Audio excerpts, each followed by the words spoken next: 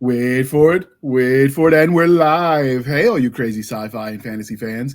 It's time for your daily dose of shenanigans over here at the Blasters and Blades podcast. Just a couple of nerdy veterans and one chaos coordinator geeking out over our science fiction passions and fantastical fantasies. A place where magic is king, the sky is the limit, and space is the place. We are the podcast that puts the fun in dysfunction. Without further ado, we're going to let our guest, Mr. Matthew Bowman, introduce himself. Hi, I'm Matthew Bowman. Succinct. I dig it.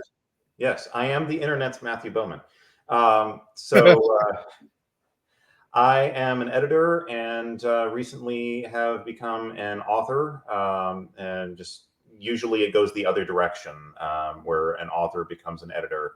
But you know, I like doing things the difficult way. I mean, that's one way to do it. All right. The next part of the introduction, dear listener, dear viewer at home, is how we found them. So I actually found his wife on Twitter. She's very active there, spamming books and talking nerdy to people, which, you know, we're all about. And then we had her on, and through her, we had you a couple times. Mm-hmm. You've been on our BAT panel, our Babylon 5 panel, which will air after this one. Mm-hmm. I think there's another one you were on too. Nope, that's it so far. Well, then we'll just have to have you come back so we can say there was a third at some point. Sounds good. All right. With that out of the way, we have to ask you the religion questions. This you have not answered yet. So are you ready for this? All right. All right. Star Wars, Star Trek, or Firefly? Star Trek or Firefly. So the painful one that is no longer there is definitely Firefly. However, I grew up on Star Trek, and I don't find that much of a conflict between them. So, yeah. So no Star Wars for you? Definitely Star Wars, just not Disney Wars. Okay, that's fair. Grand Admiral Zahn. All hail Grand Admiral Zahn. All right, and because we are polytheistic over here at the Blasters and Blades podcast, Game of Thrones, The Wheel of Time, or Chronicles of Narnia? How about the Belgariad by David Eddings? Excellent choice. It was the first actual proper novel that I read in fantasy. So I dig it. It was a coming-of-age story in the beginning. Yes. And then there was the series that followed when he was all grown up and a little stuffy. Yeah, The Malorian. The Malorian, yeah. I dig all of it, though. Man, I wanted more from that universe, though. And it just... Yeah. Was it 12 books, I think it was? But it wasn't enough. A total of 12 books, yes. Originally, it was just going to be 5. And then David Eddings was having dinner with Lester Del Rey. And he said, you know, I feel like there's more to tell. And Lester Del Rey leapt on that, pushed a napkin over, made a contract, and signed it right there for 5 more books. I did not know that part. That's kind of cool that he signed a contract on a napkin. On a napkin, yes. That is awesome. Now, I want to have a contract on a napkin story someday, but everything's digital these days. Yeah. Digital napkin, I guess we could call it, so we can steal his thunder. I don't know if that sounds as cool, though. Okay. So one of the crying shames of growing up and getting older is people stop asking you this question. So we're going to ask you, sir, what is your favorite dinosaur? Favorite dinosaur? You know, the one that I actually liked the most when I was in 2nd grade was the Ankylosaurus. I mean, it was just so cool. He had a club on the back of his tail, and all the other kids in class didn't seem to like him so much. And like I said, I tend to like doing things that other people don't. So yeah, Ankylosaurus, that was fun. Excellent choice. Being ornery has its own reward, so I dig it. All right, sir. And because we are civilized human beings here at the Blasters and Blades podcast, we are no longer knuckle-dragging troglodytes. Coffee or tea, and how do you take it? Especially since the summer heat is upon us. Well, my usual thing is I get a tea mixture from a local shop, and they'll deliver it right to my door as a powder, and I can mix it into a big jug and sip at it all week long. And it's a nice, it's a lime and apple flavor with green tea mixed in, very fruity. It's because of the color, the owner of the business calls it the Hulk. And apparently I'm the only one that ever orders it. Did you make it up, or did he have it on the menu, or they have it on the menu first? She had it on the menu first. The first one that I tried was the Captain America, and then there was another one that I tried that had grape mixed in, and that was the Hulk Smash, purple because of his pants. The only thing stronger than the comics code, the strength of his pants when he became the Hulk. But I always preferred just the lime, and it was actually a sour apple flavor. I like that one a lot. And one day she told me that I was the only one that ever ordered it. That's cool though. You're a trendsetter. Maybe it'll kick off. Yep. Is it a locally owned business? Yes. Yes, it is. A place called Knight's Nutrition. It said Knight's Nutrition. I'm going to throw that in the show notes. Okay. If she has a website, we'll link to it, and maybe we can send some business her way. She does mail orders? She has a Facebook page. Outstanding. We will find her, link to her, and maybe if people want to order some tea, they can throw some business her way. That sounds like a good idea. She has a bunch of interesting flavors on there, and I believe you can see the menu on the Facebook page. If not, then I will tell her to put the menu up and make sure. Outstanding. And we have time to do that between when this is recording and when it'll air. So I will track that. Like a pre-recording. I mean, it just happens like that. Yeah, absolutely. So not many people go straight into editing. So how did you end up like walking that path? How did you wake up one day and say, I like books, let me edit them? Kind of. What happened was I had a writing mentor named Regina Bowman. That's what she publishes under, because her actual married name is difficult to pronounce and spell. Very German. But she published under Regina Bowman, Doman, and she's doing other stuff now. But she was very popular at the college that my wife and I met at. And there were a lot of primarily girls. It was mostly a series oriented at girls, would get excited when they found out that I actually knew her and could introduce them. I met her not through the books, but because she taught a writing course at the college. It was an extracurricular writing course that I eventually wound up doing myself after I graduated. The process of which she found out that I understood story in a way that is actually very hard to teach. And the thing is, she never told me that. She just let it develop and started giving me hints and everything, which is probably one of the smartest things that anyone's ever done for me, because if I get told like, "Oh yeah, you're really good at that," when I was young, and it's like, "Oh, okay, so I don't need to improve." No, you always need to improve. So it was very good that I had that space in there. And eventually, she wound up with the opportunity to be the chief editor at a fiction arm for a small Catholic press. Sort of medium size, I guess. But the fiction arm was a new experiment of theirs. It did not last for very long. But I wound up being an editor for her, going through acquisitions and for the fiction novels. And there wasn't a single recommendation that I made that she didn't agree with.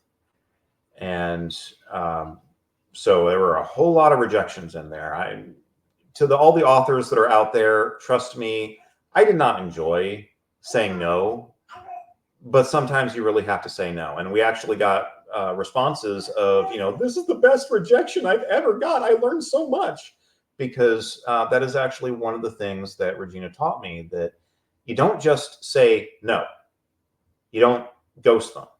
You actually explain why, because you want them to improve, because if they can improve, then they might become an author that you can publish down the line. And so a little bit of effort right then helps you because it'll help the business, but it also helps you as an editor, because if you can't explain it fast in an email, then you don't know the reason why you're rejecting them. And so that was my first real lesson in editing, to understand that sort of thing fast. And then after that, I had a relapse. I was already handicapped, but I had a relapse that left me mostly bedridden and unable to work traditional jobs. And so I was thinking, okay, well, I'm just going to do a sort of stand-in thing right here, just a stopgap. I'm going to hang out my shingle on the internet, tell people, hey, you want me to look through your novel? I'll help you get through that acquisitions process. And I wound up doing that for over a decade. So I guess I was doing something right. I just expected to be doing it for 6 months tops, and then go on to a real job. Someone forgot to explain what temporary meant to you. Basically, yeah. It was basically turned into a government program that never goes away, that kind of thing. You'll get a kick out of this. The first time I actually had to write a rejection letter, because most of the time, like when I did my anthologies, technically they were all open calls, the ones on Bayonet Books, but I knew everyone that was submitting. Most of them were in my writing group. So I was like, yeah, I could look at it in advance, and if it wasn't there, I just tell them why, and they fix it, and we're good to go. When I switched over to writing, managing them through Three Ravens, we actually started getting like a crap ton. And most of them I don't actually know personally. So we actually had to reject some. And the first one, I actually wrote the rejection letter. I did that. I'm like, this is why we didn't like it. Mm-hmm. And I got threatened with a lawsuit because they thought I was trying to steal their idea. And the only reason that I wouldn't publish it was because I was intimidated by women. And I'm like, you do realize I work with my mother, right? Like, clearly that's not a problem. I thought it was so hilarious. I had to send screenshots to the actual publisher because, like, whoa, over the top. Take screenshots of that regardless. I just thought it was hilarious. I'm like ideas are cheap, right? Like, it's not the idea, that's the execution that makes a story. So yeah. As an example, I was relating this example to someone else on the same topic just the other day. Last year, for whatever reason, was the first time that I ever actually explained the plot of Game of Thrones to my wife. And her response was, wait, you're starting with this good a setup with all this politics and the world building? How do you screw that up? And then she said, I want to write this now, but I can't because he's already done it. And I said, you could start with the exact same premise, and it would be completely different because, one, you're a different author, and two, you'd actually finish it. That's pretty much all that it takes. Yeah. And even then, I know that she wouldn't be starting with the exact same premise and everything. And no, she's not currently got that on her burner. But if you want to see my wife do something like that, send her an email, let her know. I don't remember if it was, I listened to several writing shows. I sat on some panels when I went to 20 books. Mm-hmm. So I can't remember exactly where I heard it, but somebody once told me that, like, it's that's where it's the execution comes from. And they were saying you could outline a novel and you could give it to 10 different authors. Even with the same outline, you still get 10 different stories. Actually, the way that I put it is you give it to 10 different authors, you'll wind up with 30 different stories. Everyone will come up with multiple ways of doing it, and then, like, hey, which way should I do this? Should I go this way or that way? Or is it, let's explore both in my notes and everything. You wind up with multiple different stories. Because even for authors, ideas are cheap. Even when you've got the one idea, you got all the other little ideas in there. They multiply like Catholic rabbits. And so they, and to everyone who might be getting irritated about that, I am Catholic myself, and also I love rabbits too. Actual rabbits are just annoying. They make good stew. Anyway, I've heard people get irritated at that because they're being anti-Catholic. No, take a joke. Anyway.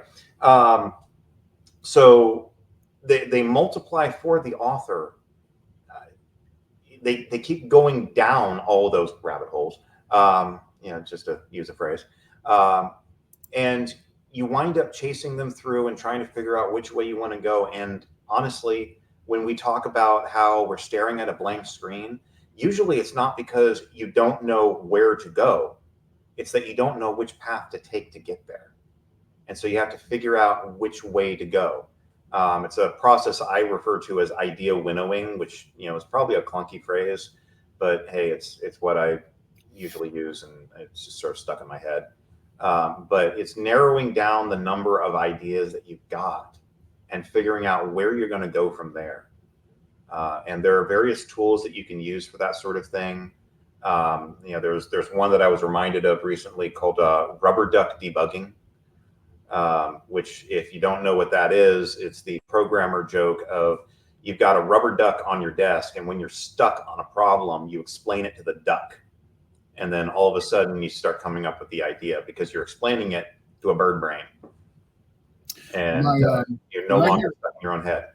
When I hear rubber duck, I think Fat Electrician and Quack Bang Out. Which is funny because it was actually based on a true story. I don't know if you guys don't follow the Fat Electrician, he's hilarious. You should watch him.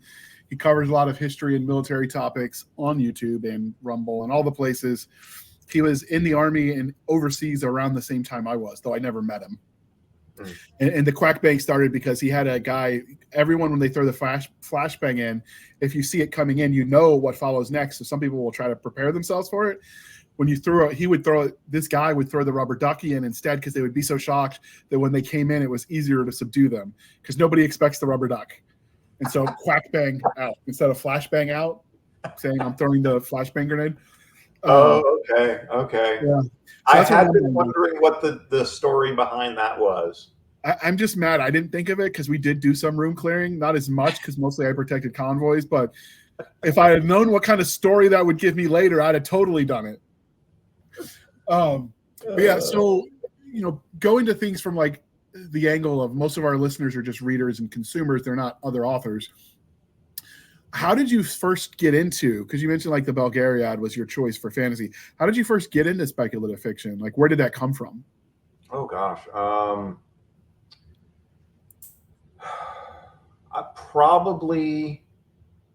was probably Star Trek, just because my parents are not geeks,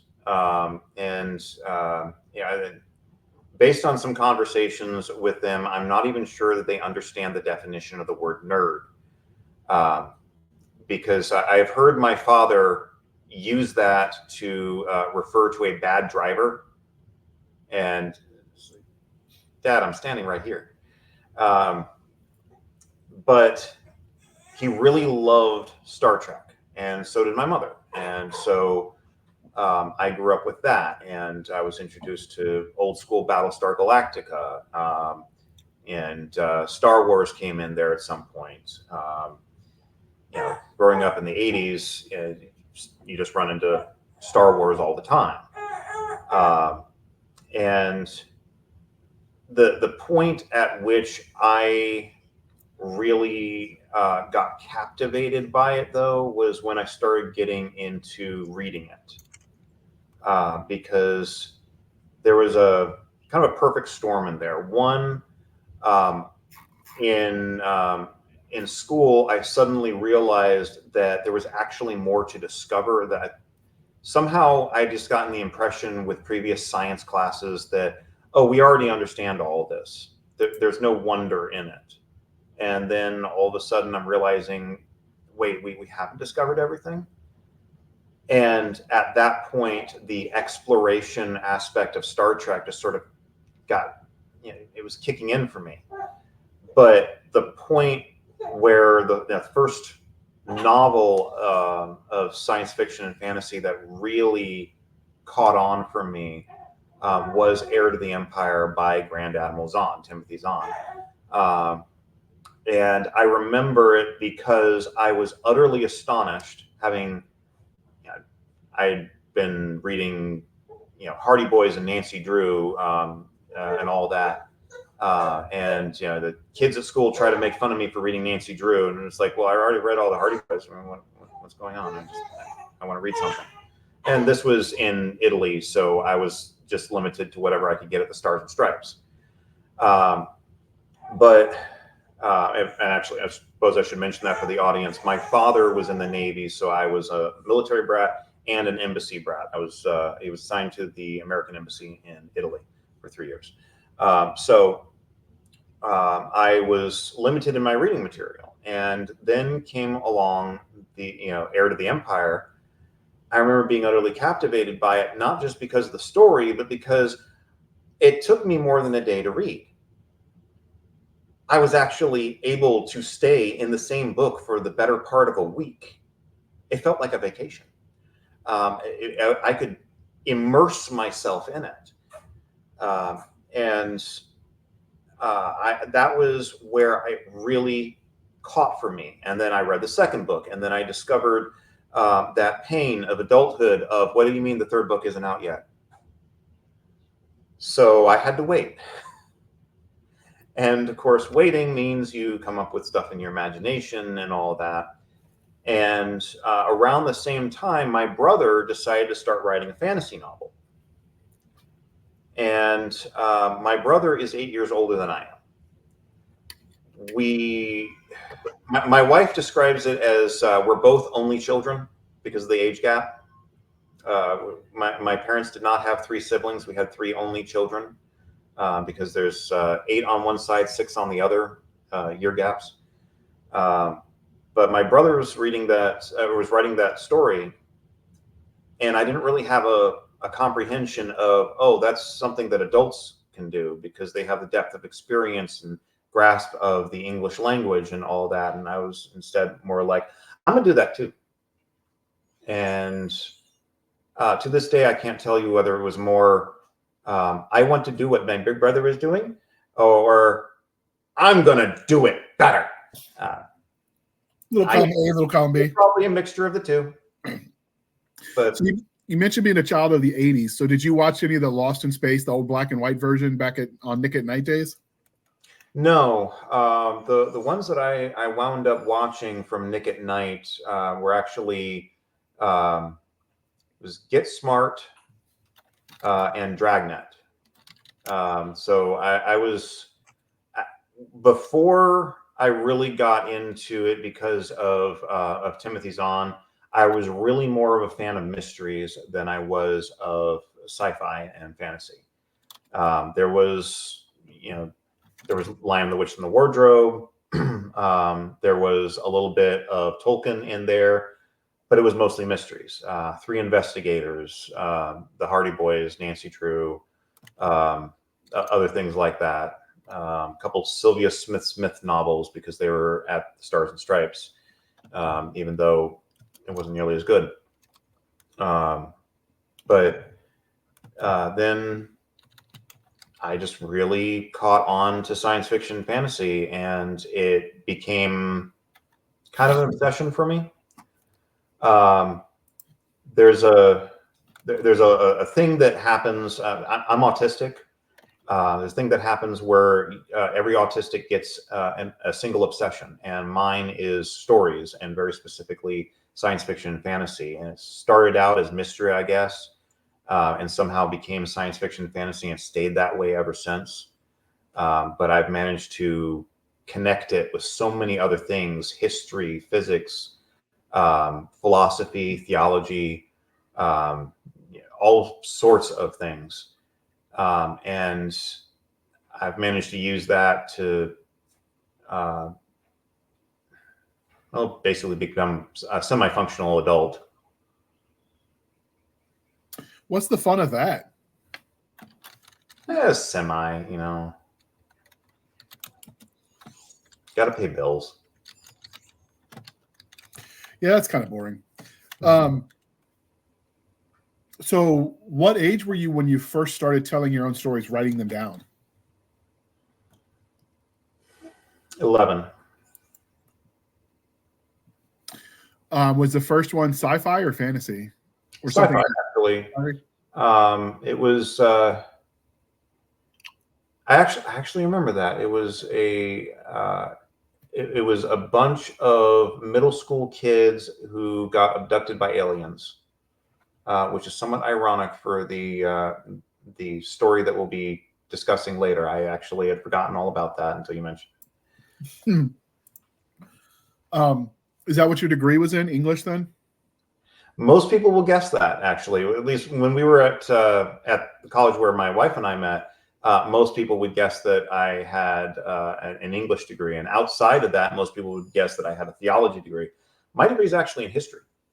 Good topic. I got my degree in that. What area of focus, or did you do that as an undergrad? Intellectual history, defined as the transmission of ideas from one generation to the next. So historiography, basically, the history of history. No, I hated historiography. That's historiography. Sorry. Yeah, the study of history, which is boring. Oh my goodness. I managed to get a good grade in that by BSing my way through it. What did you write your paper on? Do you remember? For historiography, I actually wrote my paper on Harry Potter. I did mine on Black Hawk Down and the True Story of Mogadishu.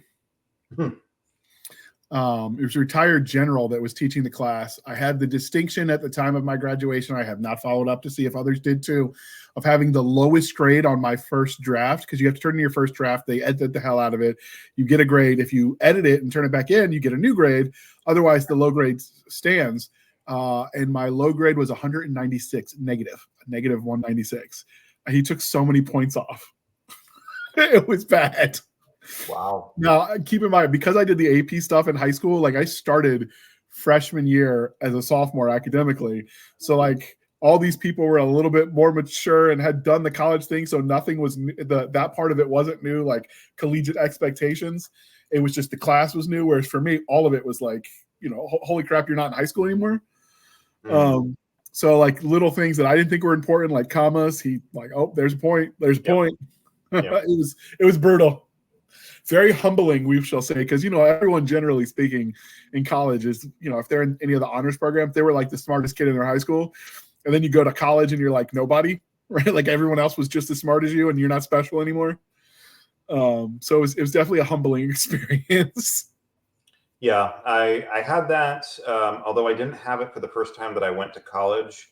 I was still usually, at least one of, if not the smartest kid in the class at my first college. It was when I went to my second college, which is Christendom College in Virginia.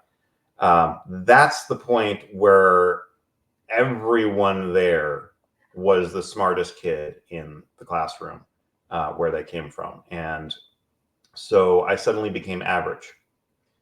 And so that meant that I really had to adjust how I did everything. I could no longer just coast through classes.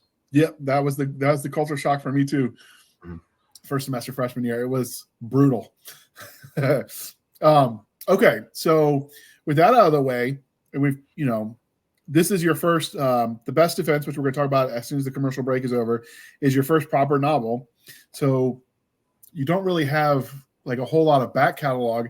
Have you done any, because a lot of novelists will start with short content. Have you done any short stories that you publish, collections, essays, anything like that? Well, I've got a whole bunch of essays on my blog about writing, but there's only one short story that's actually been published. That's in the anthology "What, You Again?" From Raconteur Press. Which is actually set in my wife's universe. So if you've seen her episodes, then you know what that one's about. So, I mean, like, what was the bribery required to get her to give you permission to write in her world? Do you have to buy her like chocolates or flowers or something? It was more a case of, wait, you can do some advertising for me through another anthology? Great. You can do that. That works too. You both got to eat. I get it. Okay. Well, we're going to pause for a moment while we shamelessly shill for the man, and then we'll get right into your novel. So let me air that beautiful commercial. Boom. Southside thief Kai Fletcher thought he could go straight until he couldn't. And when his last job goes wrong, he finds himself stowed away in a starship belonging to an alien crime syndicate. Forced into servitude to pay for his passage off-world, Kai makes a deal. He helps them rob the most powerful alien empire in known space, and he gets to go home. Easy peasy. Until it isn't. Planning the heist, Kai discovers the Empire has stolen ancient alien technology that threatens all other sentient species. He's never been a good guy, but even he has limits. Hunted by both the Empire and the Syndicate, he manages to get on the wrong side of everyone in the galaxy who wants the discovery for themselves. Kai just wanted to get back to Chicago, but instead, he's become the galaxy's most wanted with this sci-fi thrill ride from Michael LaVoice and Athon Hooks. Available at Amazon.com and Audible. Yeah, the one suspension of disbelief for me that I have trouble getting over is anyone fighting that hard to get back to Chicago. I mean, their pizza's okay, but I don't know that I'd go to war for it. I have been there, and I left as soon as I could. Anyway, well, with that out of the way, not to insult Michael because he's an awesome guy and I like him. Thank you for sticking with us through that commercial interlude, and we're going to dive right in. So could you give us the Reader's Digest 30-second elevator pitch synopsis of what the story is, what they can expect? Obviously, no spoilers, but just the overview before we dive in deeper. Okay. It is an HFY, which stands for, I can't say the full thing on this show, right? How family friendly are we? You can get away with a lot. Okay. It stands for Humanity Fuck Yeah. And it is a genre about humanity being awesome instead of just being the generic baseline by which you judge all alien creatures with the funny foreheads. And in this particular one, there are two alien empires that have been diametrically opposed to each other since before the building of the pyramids. They have slowly been expanding through the galaxy and having a usually cold, sometimes hot war with each other. And every species they encounter has to pick a side. There is no choice because they can't allow anyone else to join the other side. And then they meet humans who say, how about a third choice? How about we bootstrap ourselves up to becoming a galactic power and take you both on? I like it. So where did you get the premise for that concept? Like, where did the base idea come from? Well, I told you earlier that I eventually took over the extracurricular workshop that I met Regina Doman at. Just actually, I probably should have mentioned this. I met my wife at that workshop. So it has been writing for us the entire time. But when I took that over, I started doing PowerPoint presentations instead of just writing everything up on the board like Regina did. And so every time that I would be doing the unit again, I would update it. And having been exploring the HFY subgenre, I decided, well, I'm just going to go add a slide to the unit on science fiction. And somehow me writing out a description of the usual tropes of HFY turned into me writing an outline without me even noticing. And just suddenly I'm realizing I'm writing an outline. Cool, let's see where this goes. And here I am. So is this one of those only on Royal Road or Wattpad kind of genres? Because I noticed some of the tropes are different on those two platforms, partly because of the demographics of people writing there. Yeah. And some of them don't translate over. Like, for instance, Wattpad has the genre where aliens capture humans and make them like pets because, the old trope of humanity is like a zoo to them. It just takes that concept one step farther. And generally it's like, the war where the Lilliputians are your characters and you get to watch them kick ass. So it's a funny concept. I mean, like the primitive Planet of the Apes in reverse, I guess. Yeah. Well, Wattpad is Right. primarily self-selecting for romance style stuff. And so the stuff that's more non-romance tends to still be very cutesy oriented. Okay. And then Royal Road tends to be more of a fantasy place. It is primarily known for being the home of lit RPG and progression fantasy, and Xianja and wuxia kind of Chinese inspired stories, that sort of thing. And so getting really high up there in a pure sci-fi is usually not considered to be a good choice. So there actually aren't that many HFY over on Royal Road. The usual hub for HFY is in the HFY subreddit on Reddit, which is usually where you find subreddits. And then there's a companion one called Humans Are Space Orcs, which winds up being like a prompt generator, and a lot of people will doodle up ideas over there that will wind up into a larger, more serious story over on the HFY subreddit. And I actually started out on the HFY subreddit and then decided to move over to Royal Road. I'm still updating on the HFY subreddit, but kind of infrequently, because there isn't an auto post feature on there.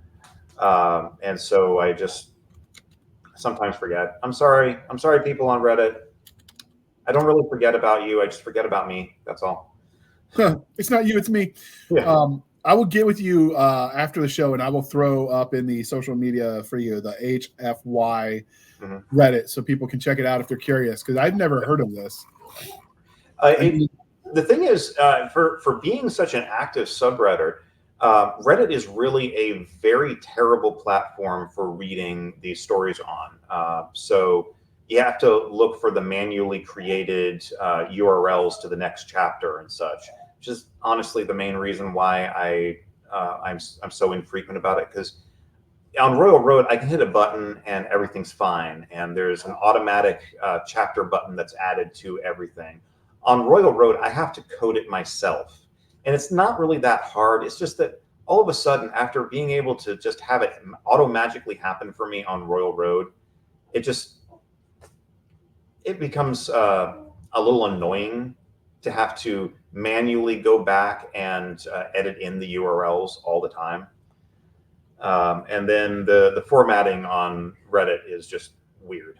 You have to do a whole bunch of tricks to make it look the way that you want it to. But still, it is a very good home for that. And if you look, for those of you who are now, as you know, they're watching this episode, going like, oh, I want to take a look at this this place and find these stories. It can't be that hard to navigate. If you look for the pinned posts and the little wiki that's part of this, you can find links to particular stories. And it's a lot easier to browse that way. But still, the unfortunate thing is that you can't figure out where the story is going because there's no blurb. There's no back cover text. So you really just have to start reading and see if you like it. And if you don't, you move on to something else, which happens a lot. And it's kind of a thing about web novels in general, because they're being put up a chapter at a time. Sometimes there's inertia. Sometimes people keep clicking because they've been clicking. And other times people just find that, okay, I'm going to go read this for right now. And then they never come back to the original one. I used to jokingly refer to Wattpad as like internet cancer, because it's the place where stories go to die. Because there's so many like amazing stories I found there that were just never finished. Like they're just hitting the arc of the story, of the action. They get to the good stuff. They built up beautifully, and then they just get bored and walk away. The author, I mean. Yes. So does Royal Road have that problem where they tend to get abandoned stories, or is it more the readers that abandon them? There's a mixture of both. There are people that will abandon a story, and there isn't a feature where they can communicate with their reader base, like, hey, here's an update. I'm sorry that the chapter is late. I just, broke my back and I'm in the hospital for the next 6 months or whatever. There's no way to push that out to fans. So, for example, In my case, I wound up with heart issues. So I went 22 days without putting up a chapter. And that was difficult. I was just unable to write anything. I burned through my backlog trying to keep things up. I had no idea that I'd be down for that long. And there were people who would comment and say, like, hey, Novel Ninja, because that's my screen name on there, are you okay, dude? And has this been an abandoned story? And I would comment and say, no, it's fine. Just, heart disease is a bitch, or it makes me its bitch or something. And it's getting better. The turns out that one of the things that I actually need to do is raise my blood pressure, because apparently it wasn't high enough. And now I am trying to keep it high enough, and everything, which probably means that I shouldn't be looking at the news, because, yeah, but I can write again, and I'm going to get back in the swing of it, going to get more chapters out and have a backlog so that I can actually, write something up, continue writing, and then go back and look and see, it's like, did I really want to phrase it that way before making it go live? Okay. So you don't have any like comments, like how do readers, because this story is on, and we're going to get to it in a minute. The story is on, obviously, Royal Road. So how do listeners and your audience, can they interact with you, or is that not a thing? Absolutely. You can go in the comments, though. I like I said, that they would comment and they would talk to me, and I can reply back.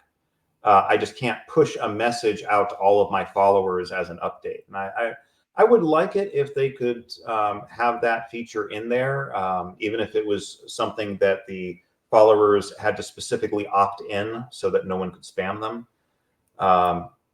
But so far that hasn't been offered. But I'll give them time. They actually just recently came out with a mobile app, and it's actually really, really good mobile app. So the one of the things that I received feedback on in reviews that were written for the story was that I actually did interact with fans in the comments, and a lot of authors on Royal Road don't do that. And so I will give back and forth. I will give them a little behind the scenes information. Here's my thought process on why I made these particular characters, sort of thing. Like, one recent thing that someone did was he was worried that I was dipping a little bit into tokenism, as he put it, just because I had a bunch of women in high levels of power or importance to the story. And I explained to him my thought process on why those women were the way that they are. Because, for one, there's a POV character who is a low-ranked Space Force non-com. And, well, actually, she isn't technically a non-com, but she's enlisted. And I wanted her to be a woman, because not for tokenism, just because, one, she's partially based on two women that I know in terms of personality, and a good mixture of that also comes from the character Shannon Foraker from the Anna Harrington series, the Tack Witch, because that's what she is. She is the sort of person who's able to look at a radar screen and figure out exactly what it is without a whole lot of lengthy analysis. But she's just starting out in her career, whereas Shannon Foraker, when you meet her, is already very experienced. So because the personalities that I had in mind were all taken from two real life women and one fictional character, all women, she wound up being a woman. Then I have a Space Force general, who is a woman. And that one was very deliberately, she needs to be a woman. not because I'm basing her personality on anything in particular. Is more that I wanted to have someone who was absolutely ready for a knockdown fight in order to do what was right, even if her superiors are telling her no. And the thing is, if you've got a competent woman who rises to the rank of any kind of star, she is probably the most dangerous thing in the room. So, yeah, I wanted her to be a woman. I wanted her to be able to pack a punch above her weight. And he also mentioned in the same scene, there was the Secretary of Commerce who was yelling at the general. Well, that particular one, also based on a real person that I have a few problems with. So she was made into the bad guy. I am not apologizing for that. If you look at her, you can probably guess who that is if you know of the particular person. Otherwise, it's just a fictional character. That's fine. So that's the sort of thing that I would explain in the comments. Or I would just joke around with them where there's going like, hey, I don't know about this. I mean, this seems like a plot hole in there. And I would pop in as a comment saying, yeah, I know. I hope the author has thought this thing through. And I'll just joke around with people like that. And reviews have said that they really like that I will pop in and do that. I also have a Discord that was just started up recently to try to fill the gap in communication, to try to get more messages out to people and provide them a better way to discuss things live with each other. And it was only started a couple of days ago. I can give you the link for people to hop in there. So I think as of this recording, we've only got like less than 40 people in there. But you know, it's growing a few each day as people read the most recent chapter and notice that there's a link there. Okay, we'll get that link in the show notes. So that was where the inspiration came from. What would you say the age range is? Because, you know, obviously if a parent says, hey, is this okay for my kid? What would, if you were using like a movie rating system, because that's something everyone understands, what would you rate this movie? Definitely, it's going to be a little bit stronger than your usual PG-13 because PG-13, you're allowed one fuck. And it's you have no more fucks to give, right? Well, it is impossible for me to write a scene with military characters who are all very clean-mouthed. Just doesn't work that way. If you go far enough in the future, you can get away with it by just making up cuss words. But yes, but this is very near future. In fact, it takes place. The initial chapters take place in 2028. And I've had a few people saying, like, why'd you set it so soon? I mean, you've got this particular technology in here. We don't have this real life technology. And it's like, oh, yeah, you know, yeah, that's an interesting little thing in there. I wonder why I did that. I'm sure there isn't a story reason for it. You'll find out by the time the first book is over. But the other reason why I wanted to have it be so near future is that I just really like the idea of of humanity right now having to bootstrap themselves all the way up. It is the ultimate test of humanity in there. And not a single bit of humanity's advancements in this series will be because someone just handed it to them on a silver platter. Which, again, a lot of people in comments and reviews have called out as something that they really like, because in similar things, in order for authors to skip past the boring parts, they will just have aliens give them a tech dump or something like that. And an example of it being done the right way would actually be in John Ringo's debut novel, Grunt, where, yeah, the aliens came along and gave them a tech dump, but they actually waited until pretty much the last possible moment because they didn't want humanity to be too successful. What was the name of that book? Gust Front. No, that wasn't. That was it. The first one was A Hymn Before Battle. I bet someone was just yelling at the screen saying, "You idiot! That wasn't the right one." No, that it was A Hymn Before Battle was the first one. So, given that you have obviously humanity in the current days is not united, right? Like we're currently got wars going on our planet. Mm-hmm. At least that's the recording at the end of May. We had to reschedule a few times, which means the unusual occurrence of this is going to air shortly after it was recorded because we rescheduled a few times because life happens, right? When you have kids. Where was I going with this? Oh, but so obviously humanity's not unified. So how do you address that? Like maybe the Middle East wants to go one way, the EU wants to go another, or America wants to go another. Like, is that something that happens? Absolutely. So the conversation that I mentioned where the Secretary of Commerce was yelling at the Space Force General, there are probably a whole bunch of people wondering what the heck the Secretary of Commerce has to do with Space Force. And the answer is quite a bit because there are 3 civilian agencies that deal with the United States' space presence. And that is obviously NASA. And then another one, kind of obvious in hindsight, the FAA. And then there's the Secretary of Commerce, the Department of Commerce. That one is less obvious. But that's where it wound up because it has to do with money and transportation and all sorts of things moving in and out of our borders and all sorts of stuff. So they gave it to the Department of Commerce. They handle everything that's not overseen by NASA or the FAA.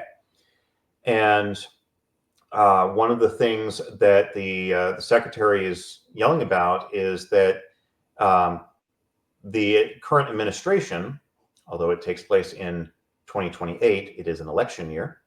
The current administration wants to use the discovery that aliens actually exist in order to further trade partnerships with other nations and everything. It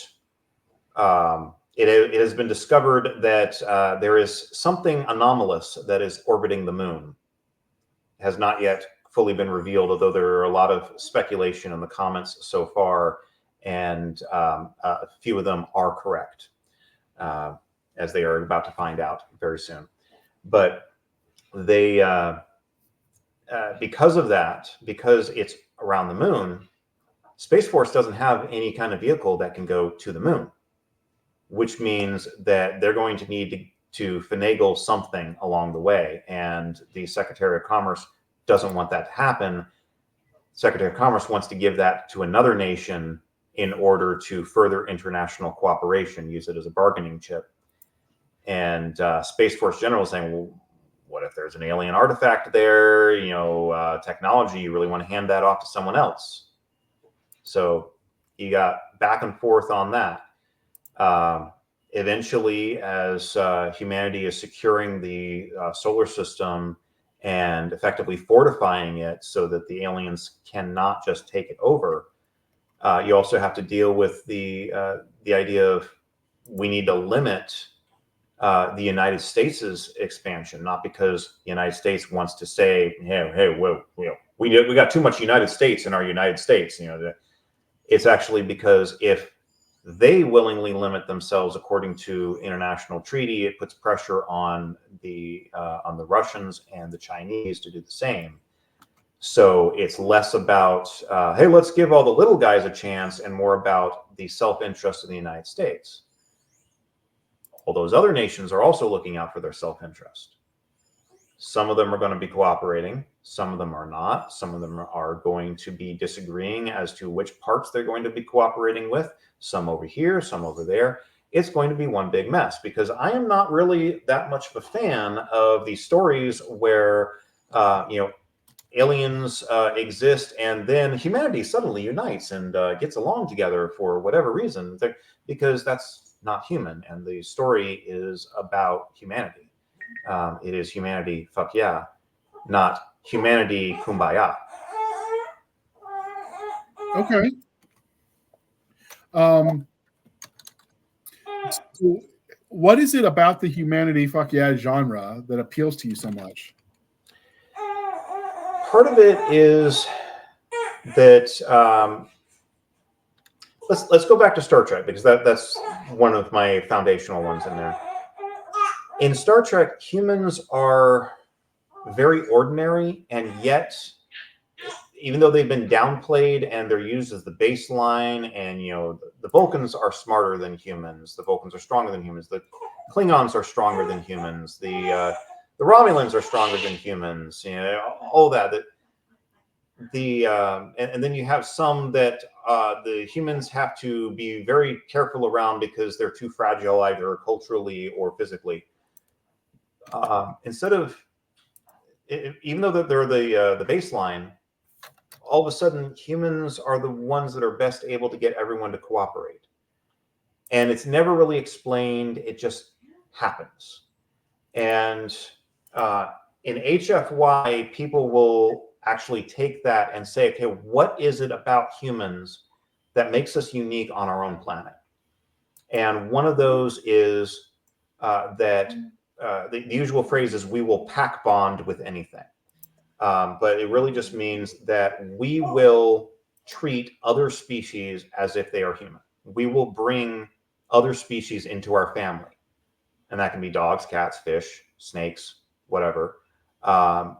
But we will attribute human characteristics to inanimate objects even. And so, people will name their cars. People have, for centuries, named their weapons. You've got Excalibur, and then you've got the very favorite gun, Vera, and all of that. We will name things. We will make them human because we extend our humanity to other things. One of the very first things that I remember reading from the HFY genre, although I didn't know it was called it at that time, is just a collection of screenshot short stories, flash fiction, really. And one of them was a depiction. It was the description from the perspective of an alien general who wound up seeing whose species was warned, don't tangle with the humans, and they went and tangled with the humans. As Fat Electrician would say, they committed the ultimate sin of fucking with humanity's boats. And they went out, they came, they saw, they got their asses handed to them, they got conquered, and then that general saw humanity rebuild his own people. And the ending of the story shows that it's actually part of a speech, and it gives the date at the bottom that it's on the anniversary of his species being admitted as the 6th species of humanity. That it becomes an encompassing term, that humanity transcends biology. And that's one thing that I really want to do with my story. One of the characters that I have in there is actually the world's first true artificial intelligence.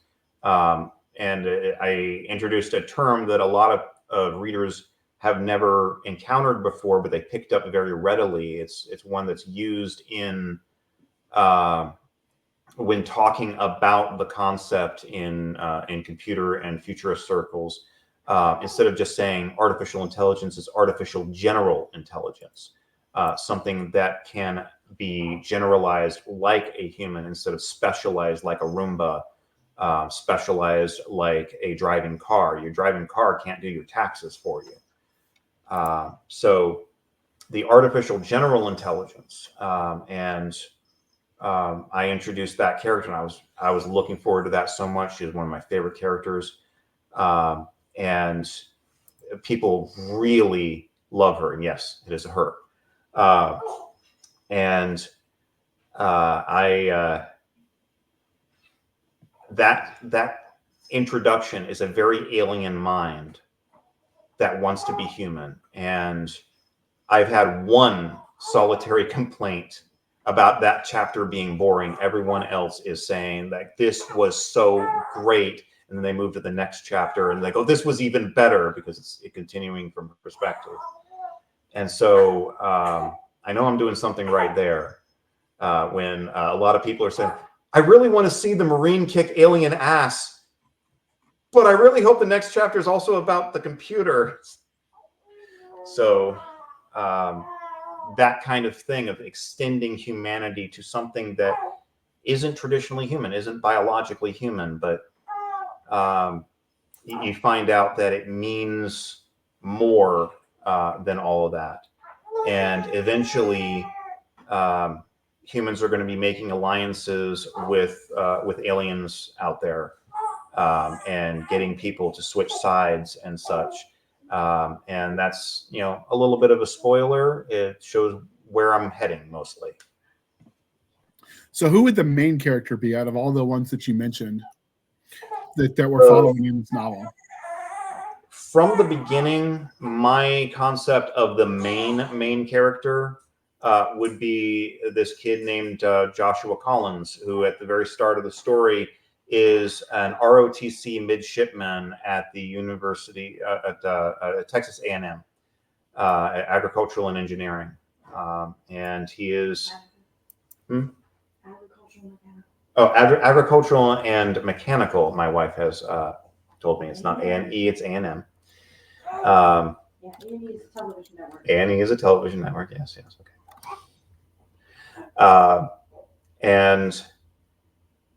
So he is the one that I outlined a lot of things around, but I needed to have more points of view on this. It's a very ensemble cast, and these will crisscross. It's going to be a little while before the humans that were abducted by aliens will crisscross back, but they will. Most of them. Anal probes involved? Dun dun dun. Okay. I don't know about the anal probes on there, but there was a little bit of a mix-up with 3D printing a toilet for them. Interesting. So are there any secondary characters? I would assume, since you've got such an ensemble cast of main characters, you probably didn't need to make any secondary characters that memorable, but do you have any? Absolutely. The most memorable secondary character, and I know that there are probably going to be people who read this who are looking at the screen. They're waiting for it. They're waiting for it. They're ready. Yes, Mama. Ma Gertrude LaCroix. So she is the human that the AGI is based on. I went and got this concept checked, not really fact checked because it's completely fictional. But I got it concept checked by Dr. Robert Hansen, also known as Speaker to Lab Animals. I'm sure he is a familiar name with at least a good subset of your audience. If you haven't encountered him before, you really should. He does have a novel that is out called The Moon and the Desert from Baen Books, published last year. And it is a realistic take on the $6 Million Man, but set in space as an episode of House. Yes, it does work out like that. It is a medical drama. So I highly encourage it if you're interested in near future stuff. It's not quite as near future as mine, but it is very realistic. It is very hard science. Anyway, I got it concept checked by him about growing an AGI this way. And the idea is that you put an implant in someone's head and they get feedback on human decision making over a 10-year period, so that the computer can gradually learn what it means to make human decisions. And then at the end of that period, the computer gets switched on. And the very first words of the chapter where the AGI comes online is, the entity became aware. It knew that it was functioning before, but it was not aware that it was functioning until that very moment.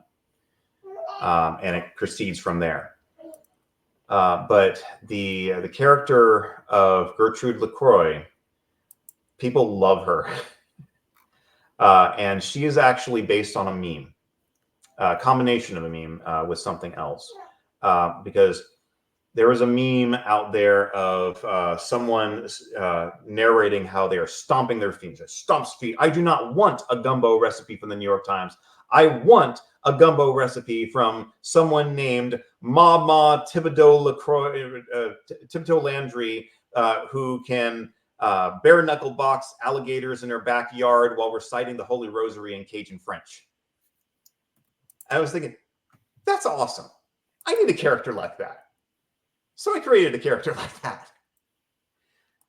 The only difference is I needed her to be doing something else in there. So I combined her with one of my favorite stock movie tropes, the old classic movies, of the Southern black grandma type who will tell you what for, will give you orders, and will tell you, after dressing you up one way and down the other, will tell you to sit down and eat because you're looking a little thin, dear. Have another slice of pie. I combine those together, and you have Mama Gertrude Landry. I'm sorry, not Landry. Gertrude LaCroix. And some of her dialogue is just the best stuff to write. And that is who the world's first true AGI is based on. And I will give a little snippet of a future dialogue for the audience that the moment that an alien AI comes to the solar system and tries invading Earth's internet, it is met by the AI known as Marcia, and is informed that it is supposed to wipe its digital feet.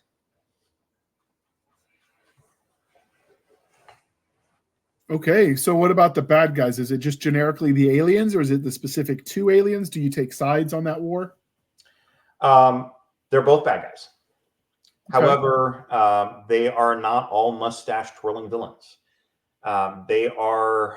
They're basically written as ordinary people that have grown up in totalitarian societies.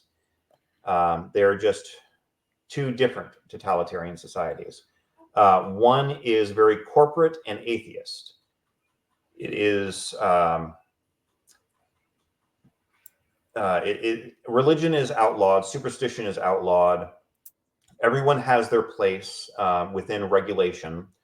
And eventually some human is going to have to point out to them that they treat regulation as religion, which is entirely inspired by a line from G.K. Chesterton that once you eliminate God, the state becomes God. And so that is something that I'm exploring there. It is effectively taking the trope of the cyberpunk future where everything is controlled by corporations and making that span several different star systems. There are 5 mega corporations that don't even have fancy names because they don't need it. They don't have to advertise. They have monopolies, and the only people that they have to answer to are a governing council that is comprised by the top ranking members of each corporation. They are the engineers, the healers, the librarians, the farmers, and the spacers. They each have monopolies. They each are not supposed to step on the toes of each other, and they're each angling to one up the other. Corporate espionage is an art to these guys. And then on the other side, you have a religious theocracy. Well, of course, it's religious theocracy. Boy, I'm an editor. I know how to use words. It is the idea in there that has always stuck in my head from a song from the 80s of do it in the name of heaven, you can justify it in the end. and is the idea of what happens when a religion becomes totalitarian and can justify everything because of religion. And so in this particular case, as will be revealed very shortly, so if it's not already out in a chapter by the time this airs, it will be shortly. They believe that there is an endless war that is going on, and that the universe was designed for life, and the fact that it is mostly lifeless is because the wrong people are currently governing heaven. It is like if you take the Jewish and Christian concept of the war in heaven, where Satan gets kicked out on his ass by Saint Michael, happened the other way. What if Satan won? And so God says, okay, you got it right now, go ahead. And so the wrong people are in charge of the supernatural realm. And so it is their job to try to conquer the universe and raise an army for the last battle at Judgment Day. And in order to do that, they have to raise not just their own children, but they have to go out and convert everyone else. And if they do not convert, well, better that you don't create more souls for the armies of hell. So yes, very Manichaean. And so there are a lot of other little details in there that I'm not going to reveal just yet, because they won't be close to being revealed once the episode's out. But there are a bunch of details in there that some of the people in the comments have already started guessing at. And I usually just say, I like where this is going, and I don't tell them why. And we'll see how many of them realize just how close they were when the chapter comes out eventually.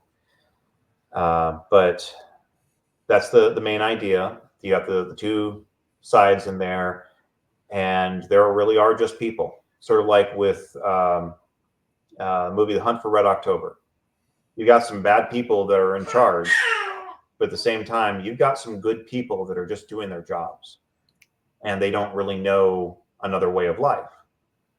And sometimes they're going to have a little bit of a wake-up call because humans come along. And it's not always because, oh, humans just have this ability to think differently and everything. Sometimes that's the case.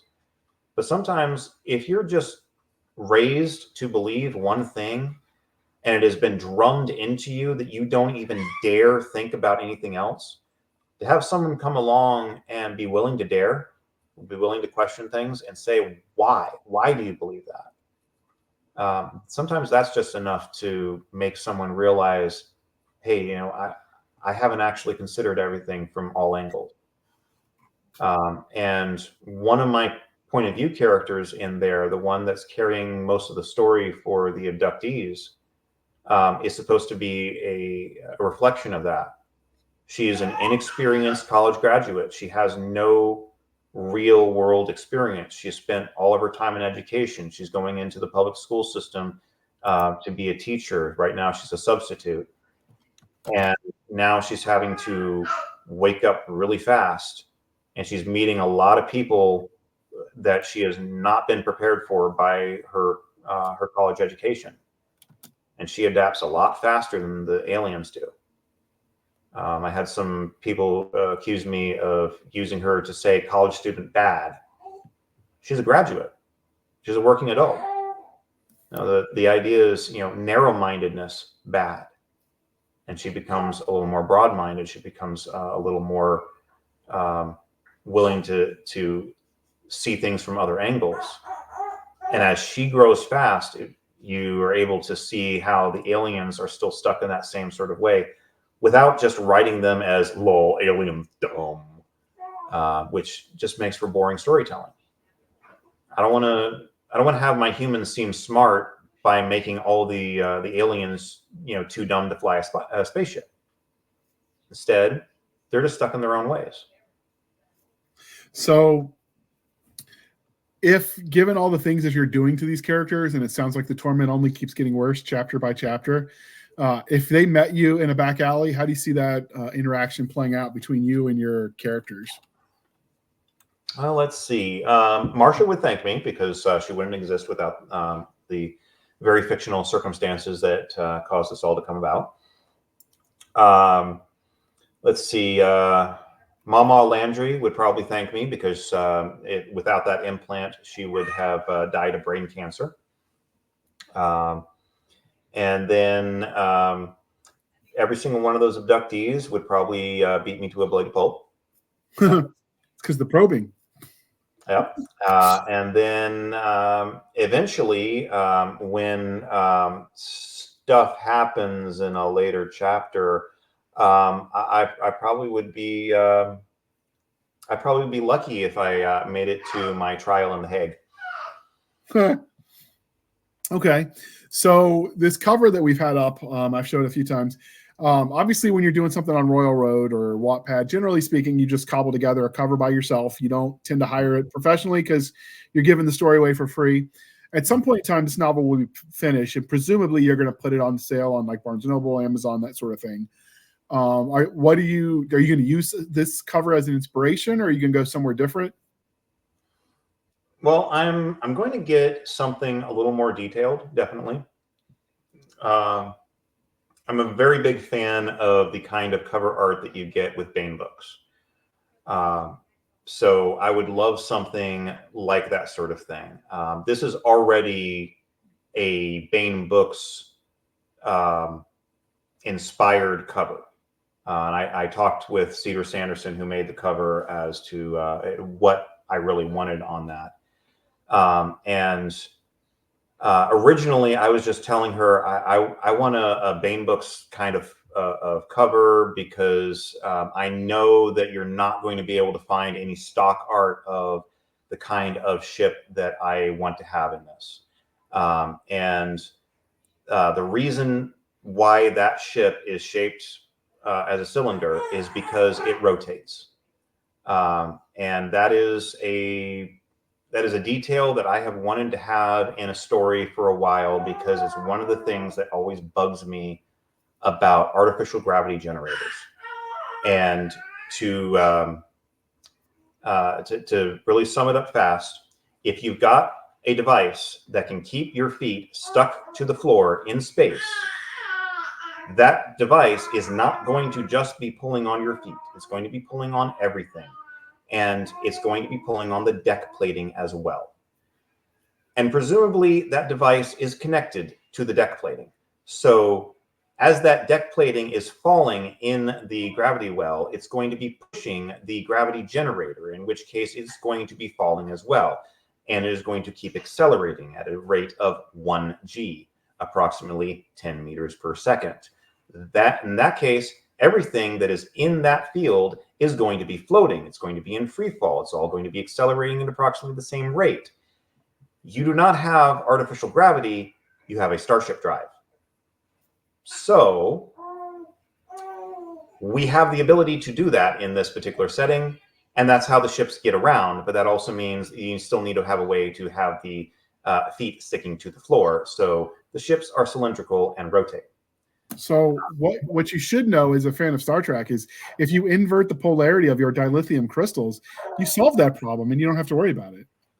Yeah, but that only works if you do it in the span of 4 hours. And then you have to tell everyone that you're multiplying it by 4 and everything. And also it only works because you have to flip the polarity back and forth or something. I don't know. It's complicated. It's Vulcan math, it's not for everybody. Yeah. I do have technobabble in there. I actually, I have people referring to readings in there. And one of the readings is, what's the level of the TNBL? It's technobabble, TNBL, technobabble. I was just poking a joke at myself because I was just making it up on the fly. But yeah, I I wanted to have some details that were a little more realistic than usually happen in HFY. It is not a hard science fiction setting. It is absolutely soft science fiction. It just happens to have a little more hard science in it than most soft sci-fi and space opera. But that is the reason why that ship there is cylindrical. And I knew that there wouldn't be any stock art for that. And she came back like 5 minutes later and said, "Here you go." She made it up using a combination of Midjourney based objects.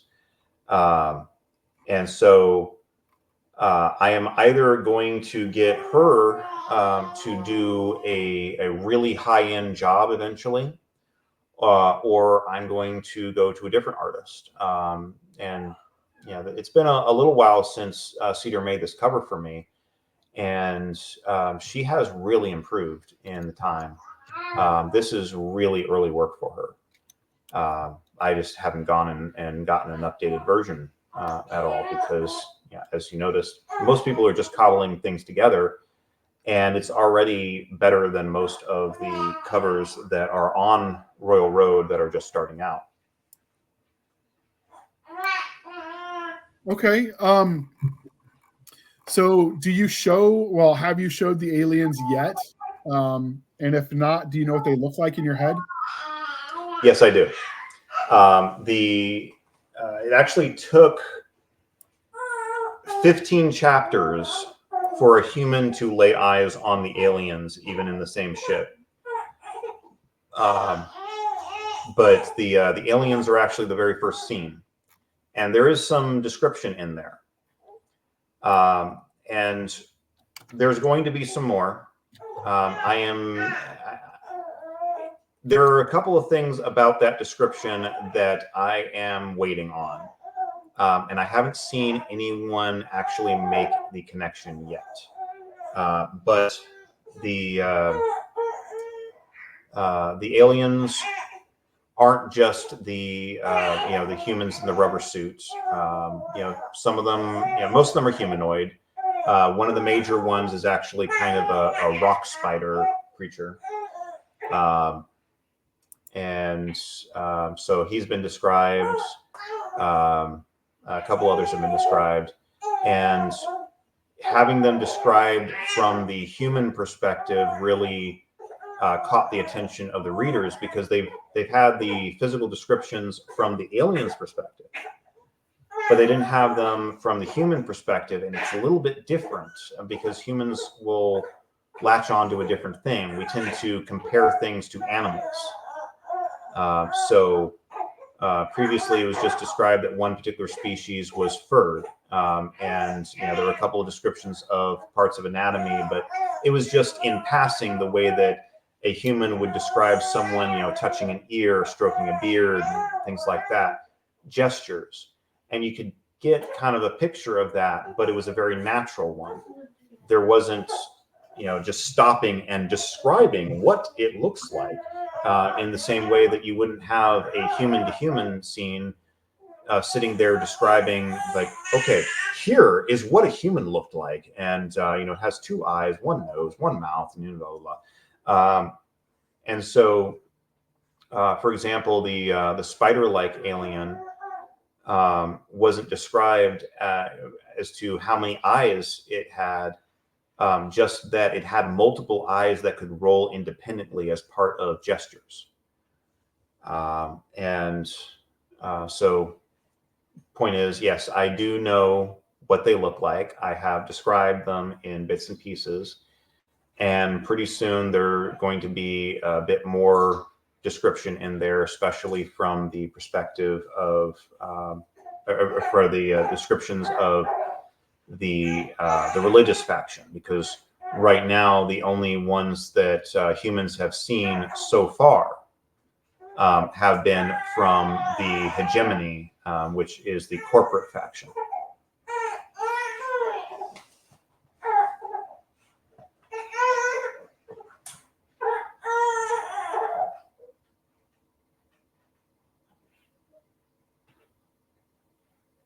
I'll also say that this particular series, I really just intended it to be a kind of experiment before I decided to put out some of the stories that I really intended to take very seriously. And people have liked this one so much that I never intended to abandon it or anything. And it's still the same story as it was before.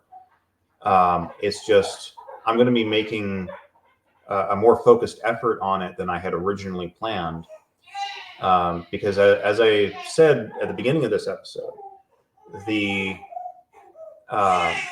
it is rare for something that is pure science fiction to go very high in the ranks on this site. And you can see the rankings for your own story. There's a list of best ranked, and you can do a little math to figure out what rank everybody is by where they are on that list, even though they're not numbered. You just have to count. And then right now, I am at least at the start of the recording on this, I am number 123 on the site. And that is out of over 45,000 stories. I don't actually know how many there are. I just know that when a new story starts, it starts at rank 45,000. And I was really happy when I broke 10,000. And now here I am, very close to the top 100 on the entire site. People right next to people that are earning their full living from a Patreon to support this. And my story has, as of the recording of this episode, has been up for just 2 months. Some of the people that I'm sitting next to in the rankings have been there for years.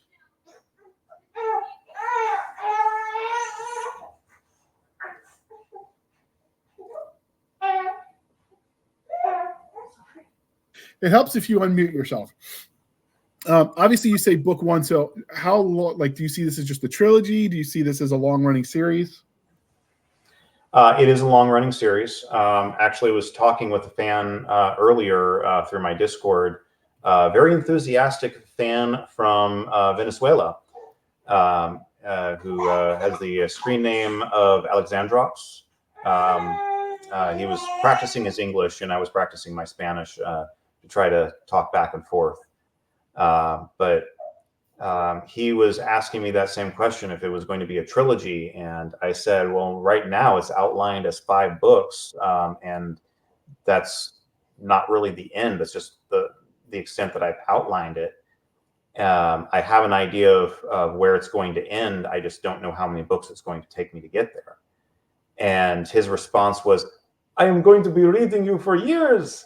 And it's like, it's great to have an enthusiastic fan, and one of these days I'll actually process that I have fans like that. It is not something that I expected to have, much less this quickly. Like I said, it's very rare for something that is not lit RPG or progression fantasy or a martial arts Chinese kind of story to get up this high, much less in 2 months. And I am blown away by the response of the fans, because I didn't think that it was going to have this big a following. I designed it to cater to fans of HFY and similar stuff, even if they didn't know they were fans of HFY yet. And there were some people who found it, who discovered exactly that they're fans of HFY. They just didn't know that it existed. And so I think that a large part of that base in there was just because I was able to excite that core audience, and that enthusiasm bled over. And I don't want to disappoint them. I want to continue giving them a good story for years to come. What I'm not going to do, however, is just drag it out to the point where it never ends and nothing eventually ever happens. There is going to be an ending for this. It is going to be a complete story. There may be room in the universe to tell something, later on, Maybe, a couple hundred years down the line, you can see what happens, further on from this beginning. I don't know. I do have other stories that I want to tell. I don't want to just be the guy that writes the best defense. So eventually I'm going to put a second story up there, but I'm going to get this thing squared away first. I'm going to get that backlog going and let everyone know that this story is not going anywhere. There's not going to be another 22-day gap in there if I can help it. I'm going to get my health back up. I'm going to get my backlog back up. It's going to continue. And I am not planning on doing a George R.R. Martin here. You're going to keep getting a story. Okay. So you're a lot of books left in you. That is good to know. All right. So this is the part where I remind you, dear listener, to please be kind and speak your mind on the reviewing platforms. Your reviews help the right readers find the right book, so do your part. And in this case, the reviews as far as Royal Road goes are just basically leaving comments, because that does, on those type of sites. There is an actual review function on there, and it is a big help to put a review on there. It counts a lot for the ratings. I was going to say the comments and engagement also affects the algorithms generally speaking. So all of it matters. Mm-hmm. So with that being said, what are you writing now? Are you just still writing on this book, or are you just editing what's already there? I'm still working on the book, yes. The next chapter is that I'm writing at this particular moment. Chapter 18 is a furthering of the development of the AGI and information that's going on there. And by the time that this episode airs, there should have been a chapter up where humans have detected the arrival of another ship in the system, and we will get the first human perspective look at the aliens that the other aliens that have so far, except for one scene, only been described from the perspective of their enemies. And they are just referred to as the Domination. The full name of their empire is actually the Domination of Light. The idea is that they are to spread light throughout the universe. And they are going to set up a peaceful dialogue with Earth. Very peaceful. We'll see where that goes. And where can listeners and readers find you on the wild interwebs? And as usual, links will be in the comments. All right. Well, my personal blog is novelninja.net. And I am Novel Ninja over on royalroad.com. I also have a Discord. Link will be in the show notes. And you can, if you're clever enough, you'll be able to find me on Facebook and Twitter. But I will say that I tend to speak my mind on those platforms, so I don't usually have them commingle with my my writing, because I prefer to keep my writing and my editing for entertainment purposes only. I'd rather not use them to argue with people unless it is about writing. Okay, but this is a very important question, and we're going to judge you if you get the wrong answer. Okay. Pineapple on pizza, yes or no? Absolutely not.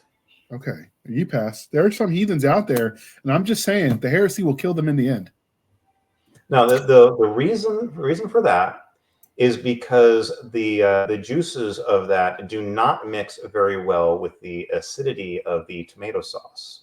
And I can talk the science of that all day long, because I am a bit of a pizza snob. All righty. I lived in Italy for 3 years, dear audience. All right. You can find us, dear listener, on our Linktree, linktr.ee, Linktree/Blasters and Blades podcast, where we link to all the things, the BitChutes, the Rumbles, the YouTubes, the TikToks, the Twitters, our email, Blasters and Blades podcast @gmail.com. Again, Blasters and Blades podcast @gmail.com for professional purposes only. We have our Facebook group and Facebook page. And more importantly, we have Stabby Stab on the Instagram, Twitter, and email. If you want to reach out to us or support the show for as little as 99 cents a month, if you hop on over to our website linked in the link tree, podcasters.spotify.com/pod/show/blasters and blades podcast. Now you know why I tell you to go to the link tree. That really does help. These episodes aren't free to produce, and your patronage does make a difference. You can support the show more directly on buymeacoffee.com/author J.R. Handley.